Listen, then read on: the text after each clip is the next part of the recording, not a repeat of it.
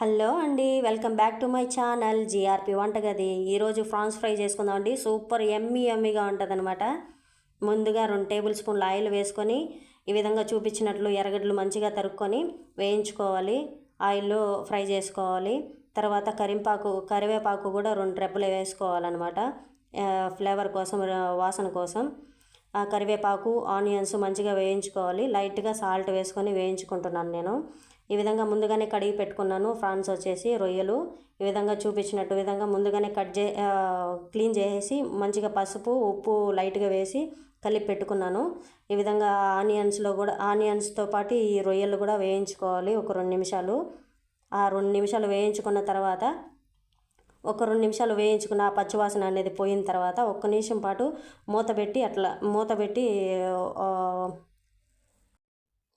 1 నిమిషం పాటు అట్లా వేయించుకోవాలి. తర్వాత ఈ తెల్లగడ్డ అల్లం పేస్ట్ వచ్చేసి వేయించుకోవాలి. మరీ ఎక్కువ తీసుకోకూడదు. అల్లము తెల్లగడ్డ కొంచెం 2 తెల్లగడ్డలు అల్లం తీసుకొని మంచిగా వేయించుకోవాలి. వేయించుకున్న తర్వాత ఇది వచ్చేసి మద్రాస్ పౌడర్ అండి. గరం మసాలా సేమ్ అదే గరం మసాలా లాగా ఉంటుంది అనమాట. ఫ్లేవర్ అనేది మిరియాల పొడి ఒక 1/2 టేబుల్ స్పూను వేసుకోవాలి. గరం మసాలా ఇది హోమ్మేడ్ గరం మసాలా అండి. కొంచెం లైట్గా వేసుకున్నాను. ఇవి డ్రై జీలకర్ర ఆకులు అండి. ఈ విధంగా వేసుకున్నాను. మళ్ళీ తర్వాత లాస్ట్లో వచ్చేసి మంచిగా టమోటాలు ఒక మీడియం సైజు టమోటా తీసుకున్నాను. లైట్గా కొత్తిమీర తీసుకున్నాను. మంచిగా వేయించుకోవాలి. వేయించుకున్న తర్వాత ఒక 2 నిమిషాలు అట్లా వేయించండి. టమోటా అనేది మగ్గిపోతుంది అనమాట. 1 నిమిషం పాటు మూత పెట్టి ఆ విధంగా ఉడికిపోతుంది.